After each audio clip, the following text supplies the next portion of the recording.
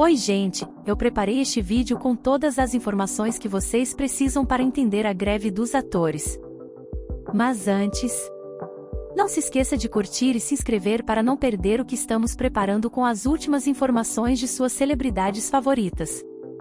Para aqueles que não sabem, os atores estavam em uma greve que terminou às 12h01 da manhã de quinta-feira, 9 de novembro de 2023. A greve veio com muitos altos e baixos para o setor. Até mesmo a economia do estado da Califórnia enfrentou uma perda de aproximadamente 6 bilhões de dólares, então vamos ver quais outros desafios e quais benefícios vieram com essa greve. Sabemos que você provavelmente tem várias perguntas sobre o assunto, e estamos aqui para respondê-las uma a uma. Portanto, fique por perto. Primeiro, acrônimos e palavras com os quais você precisa estar familiarizado. SAG-AFTRA, a Associação de Atores e a Federação Americana de Artistas de Rádio e Televisão. Guilda, uma associação de artesãos e comerciantes que supervisionam a prática de seu ofício ou comércio em um determinado território. A MPTP, Aliança de Produtores de Filmes e Televisão. WGA, Associação de Escritores da América. IATSE, Aliança Internacional de Funcionários de Palcos Teatrais. Por que a SAG-AFTRA entrou em greve? A cada 3 anos, o Sindicato dos Atores e a Federação Americana de Artistas de Televisão e Rádio precisam renegociar seu contrato com a Aliança de Produtores de Cinema e Televisão. A última vez que fizeram isso foi em 2020, e, neste ano, o contrato estava previsto para expirar em 30 de junho de 2023. O sindicato estava ansioso para negociar, pois as tecnologias emergentes, como serviços de streaming e inteligência artificial, mudaram completamente o jogo em seu setor, e muitos membros foram afetados por isso, além do aumento da inflação que já estava tornando suas carreiras insustentáveis e muitos dos artistas tendo que recorrer a outros empregos para sustentar a si mesmos e suas famílias. Porque, acredite ou não, nem todo mundo em Hollywood é tão rico quanto os filmes nos levam a acreditar. Inicialmente, a SAG-AFTRA não estava querendo se juntar aos seus amigos escritores em uma greve. No entanto, eles buscaram uma autorização de greve, principalmente para usar como alavanca durante a negociação, fazendo com que as grandes corporações soubessem que estavam prontas para fazer o que precisava ser feito. A Aliança de Produtores de Cinema e Televisão parecia estar estendendo o processo além do prazo, uma declaração que parece ser verdadeira, pois vários meios de comunicação informaram que os estúdios queriam esperar até que os membros do sindicato perdessem suas casas e dinheiro para que aceitassem as condições menos vantajosas, o que levou a SAG-AFTRA a deixar claro que não continuaria negociando após 12 de julho de 2023. Em resposta, vários atores de alto nível afirmaram sua disposição de fazer greve. Como a MPTP continuou com suas táticas antigas, o presidente da SAG-AFTRA, Fran Drescher, anunciou o início da greve dos atores à meia-noite de 14 de julho de 2023. O que imediatamente deixou Hollywood em polvorosa, já que não foi apenas a primeira vez que os atores iniciaram uma disputa trabalhista desde a greve de atores dos anos 1980, mas também foi a primeira vez que atores e roteiristas saíram de cena simultaneamente desde 1960. Para se ter uma ideia, naquela época, o ícone Marilyn Monroe ainda dominava o cenário cinematográfico e Ronald Reagan era o presidente da SAG-AFTRA. Antes mesmo de ser governador da Califórnia ou presidente dos Estados Unidos. Se você me perguntar, entrar em greve foi a atitude certa, considerando que agora eles conseguiram um contrato avaliado em mais de $1 bilhão, com muitos dos acordos pelos quais lutaram tanto para obter. Quais foram os termos da negociação? O sindicato estava negociando vários acordos que permitiriam um ambiente melhor para os membros atuais e futuros, mas os mais relevantes são: receita de streaming. Sei que vemos todos esses programas incrivelmente bem-sucedidos nas muitas plataformas de streaming que existem atualmente, mas o que não vemos é que a maioria dos atores não está recebendo uma compensação justa por seu trabalho, não importa se é o programa mais assistido ou se está em várias plataformas diferentes. No final das contas, as grandes corporações estão ficando com a maior parte do bolo. De forma mais notável, a atriz Mandy Moore, do programa de sucesso This Is Us, gerou polêmica ao dizer que só recebe cerca de 81 centavos de cheque pelos resíduos de streaming de seu programa. As pessoas foram rápidas em criticá-la, dizendo que, como ela era um dos personagens principais, provavelmente já ganhou mais do que o suficiente. Mas essas pessoas não estavam conseguindo ver o panorama geral. O que ela estava tentando fazer era nos esclarecer, explicando como um personagem muito importante em um programa de grande sucesso está ganhando muito pouco. Então agora tente imaginar como devem ser os cheques dos atores menores do programa, provavelmente apenas 0. E esses são os que mais precisam de um contrato justo. Porque não só não estão recebendo uma compensação justa, também têm de lidar com a inflação, como todos nós. Felizmente, o acordo permitirá que os membros recebam um bônus substancial além do residual existente. A maior parte irá para os atores que trabalham em programas que atendem a determinados requisitos de audiência. Outra ótima notícia é que o acordo garantiu o aumento dos limites de contribuição de 43% para produções de 1 hora e quase 67% para produções de meia hora. Isso resultará em mais dinheiro para os fundos de saúde, de pensão ou aposentadoria e permitirá manter os atores qualificados para seus benefícios. Com relação aos pagamentos gerais, os artistas terão 2 aumentos salariais no primeiro ano do contrato, 7% após a ratificação do contrato e outros 4% em julho do próximo ano, perfazendo um aumento composto de 11,28% no primeiro ano. Os membros do sindicato também receberão um aumento salarial de 3,5% em julho de 2025. Os atores em segundo plano receberão aumentos semelhantes, mas com 11% de adiantamento em vez de 7%. Agora, para completar, vamos ao mais polêmico de todos: inteligência artificial, que aparentemente foi a última a ser acordada pelos estúdios. Você deve estar se perguntando qual é o grande problema da inteligência artificial? Parece ser uma ótima ferramenta para nos ajudar, mas no mundo do entretenimento, ela veio como ceifador, pois significou mais dinheiro para os estúdios e menos para os artistas. Os estúdios estavam planejando pagar aos atores de fundo o valor de um dia, que poderia ser em torno de $100, para digitalizá-los e poder usá-los e suas semelhanças a partir de então, o que fez com que todos no setor ficassem arrepiados com a ideia de sua imagem ser usada sem seu consentimento ou compensação. Mas não se preocupe, a guilda diz que garantiu proteções significativas em relação ao uso de inteligência artificial, incluindo consentimento informado e compensação. Como bem disse o diretor executivo nacional Duncan Crabtree a Ireland, isso permite que o setor siga em frente. Não bloqueia a inteligência artificial, mas garante que os artistas sejam protegidos, que seus direitos de consentimento sejam protegidos e que seus direitos à remuneração justa e emprego sejam protegidos. Que regras foram estabelecidas para os grevistas?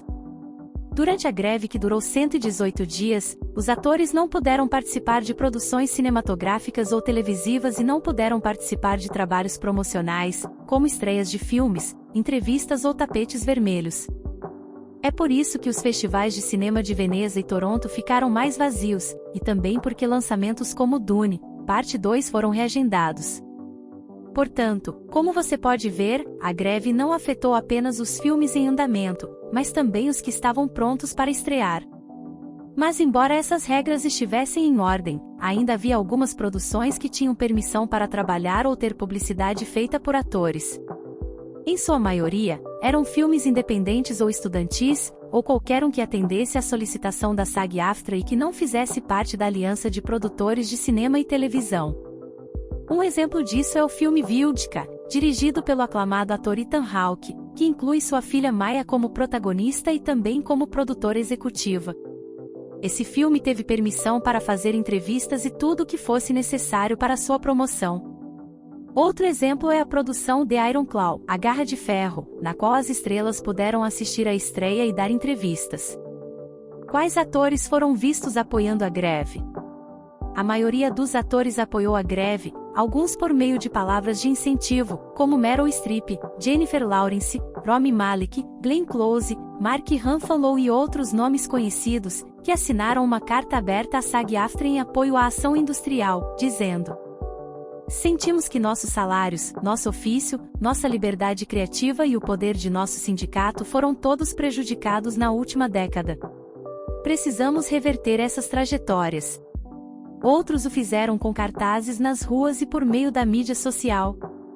Como Margot Robbie, Logan Lerman, Olivia Wilde, Bryan Cranston, Rosário Dawson e muitos outros.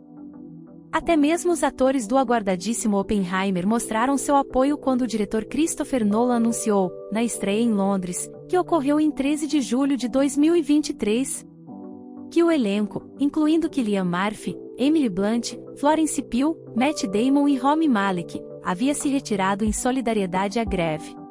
We have to acknowledge you've seen them here earlier on the red carpet.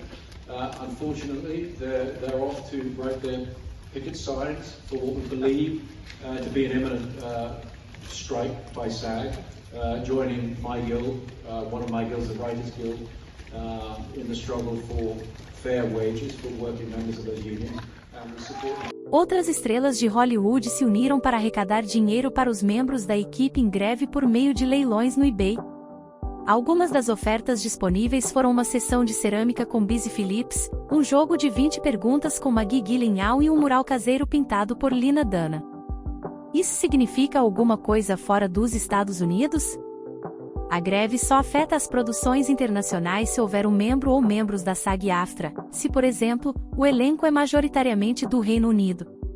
Os atores devem trabalhar normalmente, pois trabalham com um contrato de equity, o que significa que trabalham com a Associação Britânica de Equidade de Atores, que é o sindicato dos setores de artes cênicas e entretenimento do Reino Unido.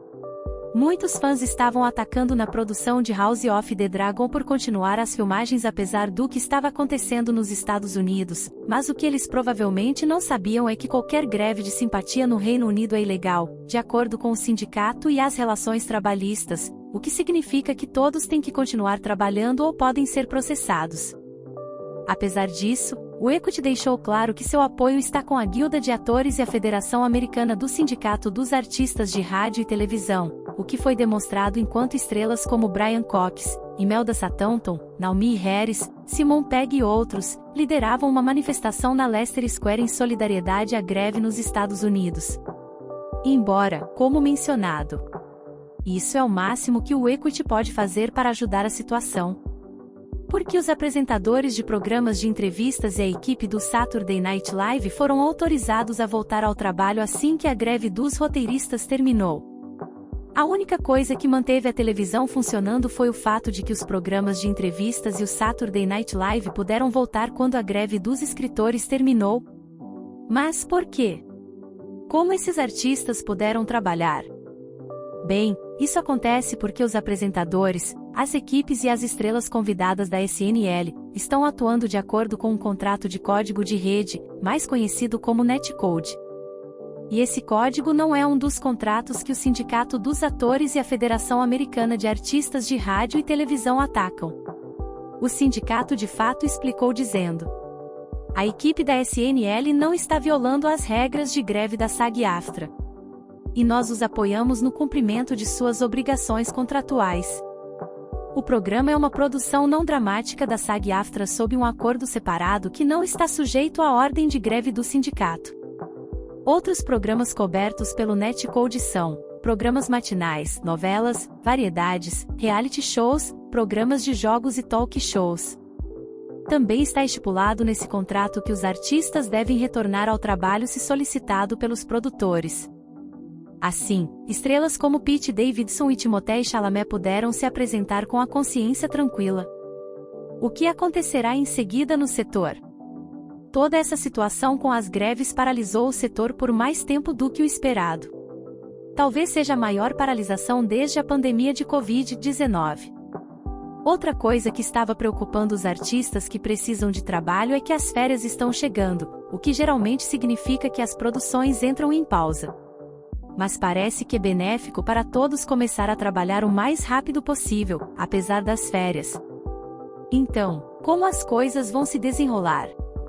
Acho que, primeiro, é importante saber que o acordo que encerrou a greve é um acordo provisório e que agora os membros da SAG-AFTRA precisam votar, o que está programado para ocorrer entre 14 de novembro e 5 de dezembro de 2023.